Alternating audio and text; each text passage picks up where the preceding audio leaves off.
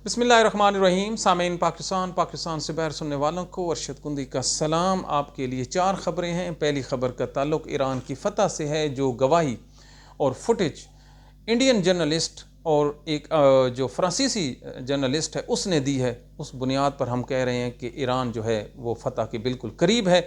इसके अलावा दूसरी ख़बर, सऊदी अरब पाकिस्तान को इस जंग में फ़िज़िकली धकेलने की मुकम्मल तैयारी कर चुका है। तीसरी ख़बर का ताल्लुक़ है जी, ईरान ने 4 ख़तरनाक जो मिज़ाइल हैं वो मारे हैं तल अबीब को।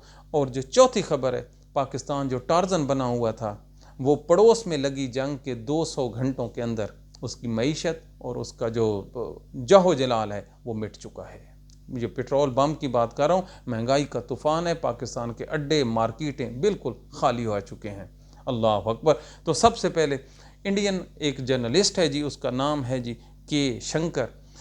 उसने तल अबीब में खड़े होकर रिपोर्ट किया है कि हमें जो आंखों से बर्बादी देख रहे हैं उसकी तस्वीर कशी से हमें रोक दिया गया है। हम फुटेज नहीं बना सकते उस मलबे की, ना हॉस्पिटल हम जा सकते हैं, ना ज़ख्मियों के स्टेटमेंट रिकॉर्ड कर सकते हैं, ना ही जो जनाजे उठ रहे हैं वहाँ की रिपोर्टिंग कर सकते हैं। उसने कहा कि कम से कम मैंने 300 के करीब जो लाशें हैं अपनी आंखों से देखी है।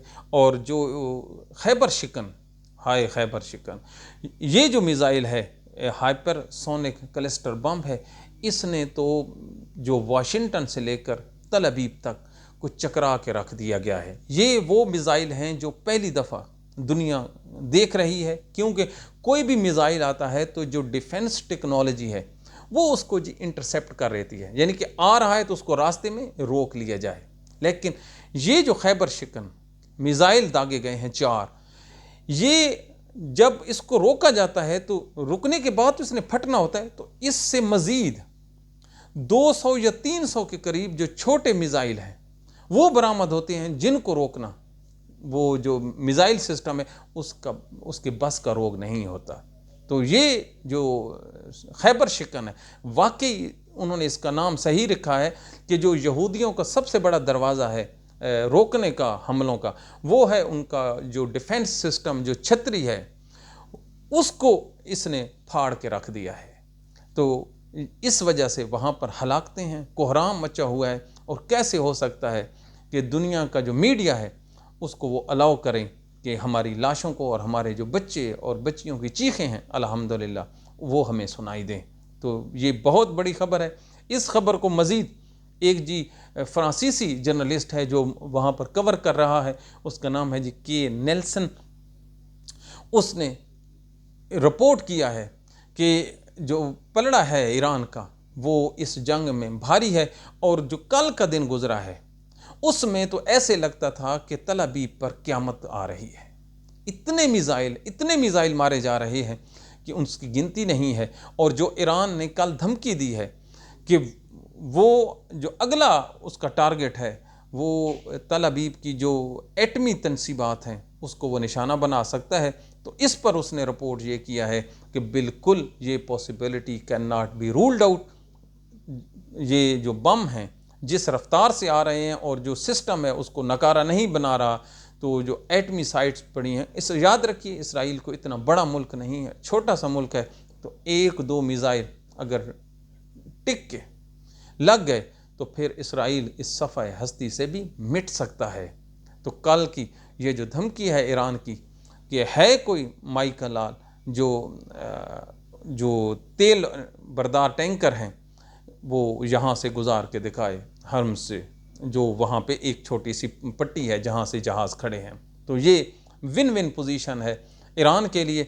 लेकिन दूसरी तरफ इंतहाई ख़तरनाक सिचुएशन ये है कि जैसे ही ट्रंप ने कहा कि वो अपनी फ़ौजें नहीं उतारेगा, और मीडिया कह रहा है CNN कि अगर फ़ौजें नहीं उतरेंगी तो किसी भी सूरत ये जंग ख़त्म भी नहीं होगी और ईरान को शिकस्त भी नहीं होगी।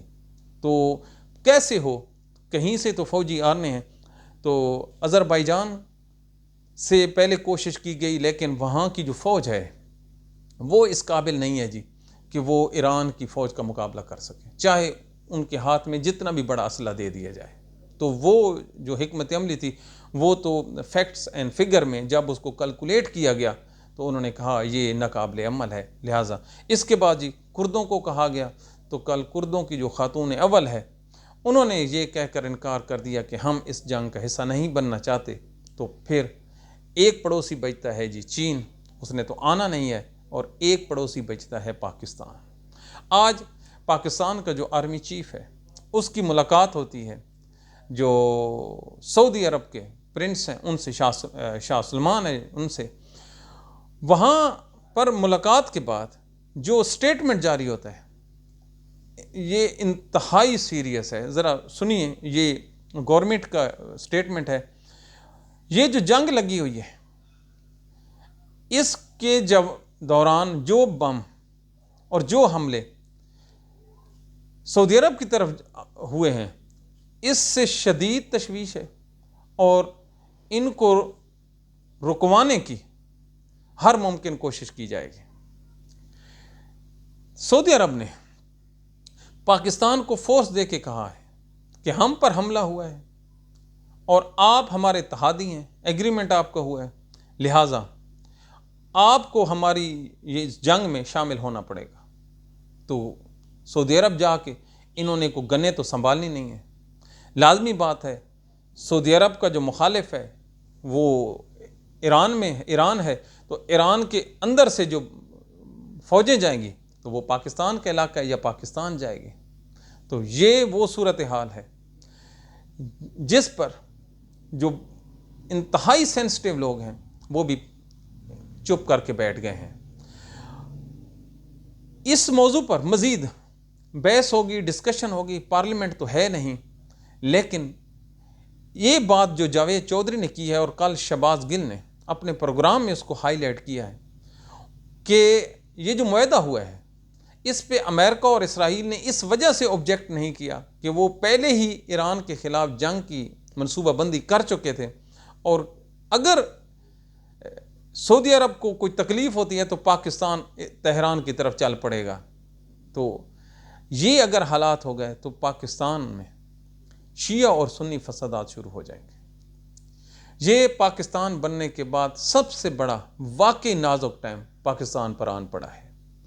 एक तरफ सऊदी अरब है जिसके बगैर हम सांस भी नहीं ले सकते, ना हमारे पास पेट्रोल के पैसे हैं, ना हमारी कोई खारजा दाखिला पॉलिसी है।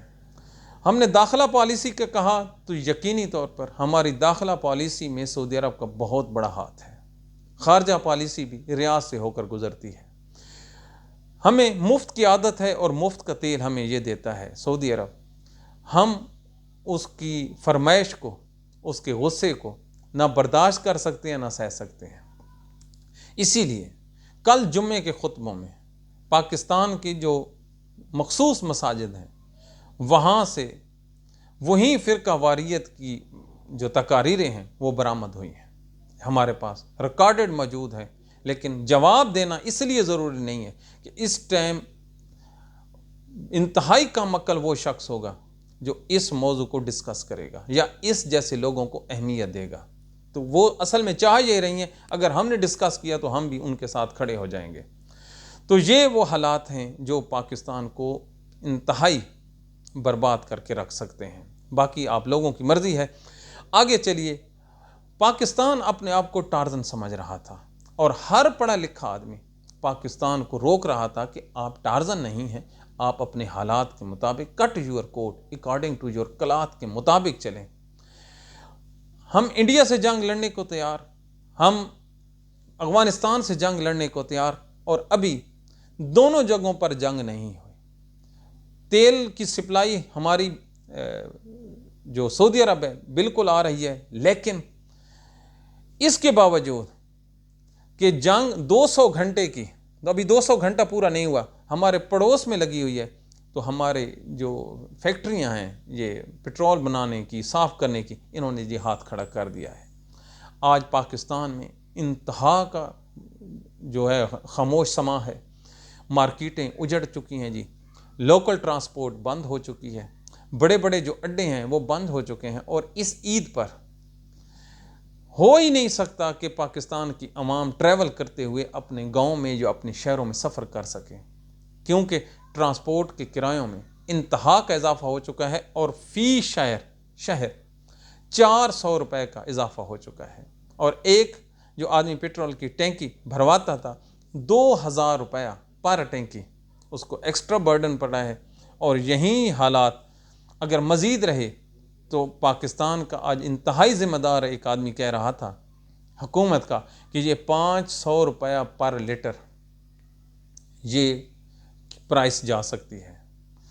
कल रात को पूरे पाकिस्तान में लोग हजूम बनाकर खड़ा था पेट्रोल पंप्स पर कि हमें पेट्रोल दें, लेकिन जैसे ही ये कीमत बढ़ी है आज पेट्रोल पंप वाले देख रहे हैं कि क्या कोई गाहक भी है। किसी जगह पर कोई गाहक नहीं है। हर आदमियों ने अपने घर में बैठकर और डर के मारे तस्बीह कर रहे हैं। तो ये वो गलत पॉलिसियाँ हैं। अब आप देखिए, कौन कहता है पाकिस्तान आज़ाद मुल्क है? ये पाकिस्तान के फ़ौजी इस्टेब्लिशमेंट और पाकिस्तान के फ़ौजी जनरल आसिम मुनीर से सिर्फ इतना पूछना था कि क्या आप लोगों ने, क्योंकि आप पाकिस्तान के वज़ीर ख़ारजा भी हैं ना, FM में आपको कहते हैं, वो जो इंडिया जो साथ पड़ा है उसको इजाज़त दी है अमेरिका ने कि आप वहाँ से अपना जो 1 माह के लिए तेल ख़रीद सकते हैं। 1 माह का ही उसने कहना था, और क्या था आगे देखी जाएगी। और हमें क्या हुक्म दिया गया है? हमें ये हुक्म दिया गया है कि आप अपने पड़ोसी देश ना ईरान से ले सकते हैं और ना ही रशिया से ले सकते हैं। तो लेना किससे तेल है? आपको सऊदी अरेबिया से। तो अगर सऊदी अरेबिया से तेल लेना है तो उसकी फिर प्राइस क्या है? अपनी फ़ौजें जंग में गुजारो। तो ये कौन सी खारजा पॉलिसी है? ये कौन सा पाकिस्तान को मुस्तहकम करने की ये प्लानिंग है जो आप कर रहे हैं? भला क्या हो इन लोगों का? इन लोगों का आप मफाद तो देखिए कि मरियम नवाज का जहाज़ बल्ले भाई बल्ले, पाकिस्तान का चीफ जस्टिस का petrol free, army chief Asim Munir का पेट्रोल फ्री, कोर कमांडर के पेट्रोल फ्री, पाकिस्तान के बैरोक्रेट्स के पेट्रोल फ्री। और 4 दिन पहले मरियम नवाज ने होम सेक्रेटरी ग्रेड 18, 19, 20, 21 के तमाम लोगों को जो 200 लीटर से ज़्यादा मुफ्त बांटा है, उनकी तनख्वाहें और गाड़ियों की जो कैपेसिटी है वो बढ़ाई है। इसके अलावा आप देखिए जो IG पंजाब हैं, जो इसके अलावा पुलिस के बड़े अफसरान हैं, उनके लिए जी गाड़ियाँ और पेट्रोल फ्री है। तो इन लोगों को क्या है कि पेट्रोल की कीमतें बढ़ती हैं या नहीं बढ़ती? तो बिल्कुल एक क़यामत है पाकिस्तान पर। और अभी आप ज़रा देखिए मुनाफ़क़त का म्यार। पाकिस्तान की एक है जमात इस्लामी, उसका एक अमीर है हाफिज़ नईमुर रहमान। ये शख्स पिछले 50 सालों से पाकिस्तान को रगड़ रहा है, इसराइल मुर्दाबाद। आज वही इसराइल बमबारी कर रहा है एक मुस्लिम कंट्री पर। तो जलसे जुलूस तो पूरी दुनिया में हो रहे हैं ना। कोई दुनिया का शहर ऐसा नहीं है जहां पर प्रोटेस्ट अगेंस्ट इसराइल ना हो रहा हो। लेकिन जमात इस्लामी चुप, फजल रहमान चुप, बोलना नहीं, और दावत इस्लामी चुप, दीगर जमातें सारी खामोश। क्यों खामोश हैं? आका की तरफ से इजाज़त नहीं है। कल रिपोर्ट किया था एक जर्नलिस्ट ने कि पाकिस्तान की पार्लियामेंट में इसराइल के अगेंस्ट करारदाद पेश करनी थी तो सारे भाग गए। है कोई अल्लाह? इनको अल्लाह का खौफ नहीं है, इनको तल अबीब और वाशिंगटन का खौफ ज़्यादा है। तो जिन लोगों ने आवाज़ बुलंद करनी थी उनका एक देखिए, पाकिस्तान का एक सहाफ़ी है जी तलत हुसैन, ये पाकिस्तान की किसी यूनिवर्सिटी में पढ़ाते भी हैं, ये सबक देते हैं मेरिट का। इसके बेटे, इसने अपनी सहाफ़त को बेचा अपने बेटे को पाकिस्तान की कौमी क्रिकेट टीम में शमूलियत के लिए। तो एक बच्चा जो 18वें नंबर पे है, तो ऊपर वाले जो 3 हैं उनको ड्रॉप करते हुए इसको बांग्लादेश के स्क्वाड में शामिल किया गया है। अरे 7 देश बैठा है। सचिन तेंदुलकर कितना बड़ा प्लेयर है, उसके बेटे को इस वजह से टीम में शामिल नहीं किया गया कि दीगर जो उसके ऊपर बच्चे हैं उनका हक मारा जाएगा। कहाँ सचिन तेंदुलकर और कहाँ पाकिस्तान का एक 3rd डिग्री जर्नलिस्ट। उन्होंने अपने रूल्स एंड रेगुलेशन तब्दील नहीं की और इन लोगों ने अपनी कलम बेच दी, अपना ईमान बेच दिया। हालांकि उन्होंने मरने के बाद जलना है, जला देना है, कोई रोज़ क़यामत नहीं उनके लिए। और हमने मरना भी है, दफनाना भी है, वहाँ पर हमने हिसाब भी देना है। और ये म्यार है हमारे और उनके ईमान का। देखा ना, अब ये जा रहा है, शुक्र पड़े।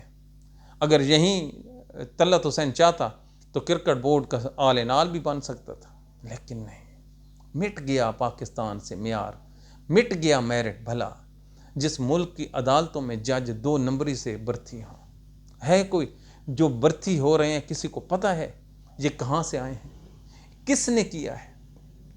अरे जो क्लर्क होता है वो टेस्ट दे के आता है, जो पुलिस कांस्टेबल है वो टेस्ट रिटन और फिजिकल दे के आता है, और जो सिविल जज है इससे 10 गुना छोटा जज वो मुकाबले का इम्तिहान दे के आता है, और जो उसके ऊपर अपीलें सुनता है पाकिस्तान के हाई कोर्ट के जज, इनका क्राइटेरिया ही कोई नहीं है। जब क्राइटेरिया ना हो तो फिर बर्बादी तो है ना।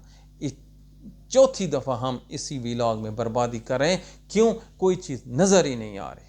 आज GHQ हमला केस में अगर ये पाकिस्तान के जज चाहते तो ये जो फैसला है, तो ईरान इराक, ये जो ईरान और इसराइल की जंग है, इस दिनों के लिए मौखर कर देते हैं। क्या हो जाना था? कुछ भी नहीं होना था। कौन से सच्चे मुकदमात हैं? लेकिन PTI को रगड़ा लगाने के लिए शहबाज गिल को सज़ा, जरताज गुल को सज़ा, उमर अयूब को सज़ा, शिबली फराज को सज़ा, सारों को 10-10 साल। और किस में? 109 में, मशवरे में। पूरे पाकिस्तान की दहशतगर्दी की अदालतें कॉपी एंड पेस्ट पे। लाहौर यहीं सज़ा, फैसलाबाद यहीं सज़ा, पिंडी यहीं सज़ा, सरगोदा यहीं सज़ा, तो मुल्तान यहीं सज़ा। अरे यार, किसी जगह पे तो रुक भी जाओ। एक आदमी कहाँ कहाँ पे फलां के मशवरे करता फिर रहा है। बड़ी बड़ी बदनसीबी है पाकिस्तान के लिए। तो ये वो हालात हैं। तो आखिर में ये जो ईरान है जी, ईरान के लोग मुत्तहिद हो चुके हैं। वहाँ पर जो जितनी इन्होंने चालें चलनी थी वो चल गए हैं। तो अल्हम्दुलिल्लाह वो खड़ा हो गया है। और एक बात हम आपको कह दें पाकिस्तानियों, ये जो ईरान है ये जंग असल में लड़ रहा है पाकिस्तान की। जिस दिन ईरान को शिकस्त हो गई उस दिन पाकिस्तान के दिन गिने जा चुके।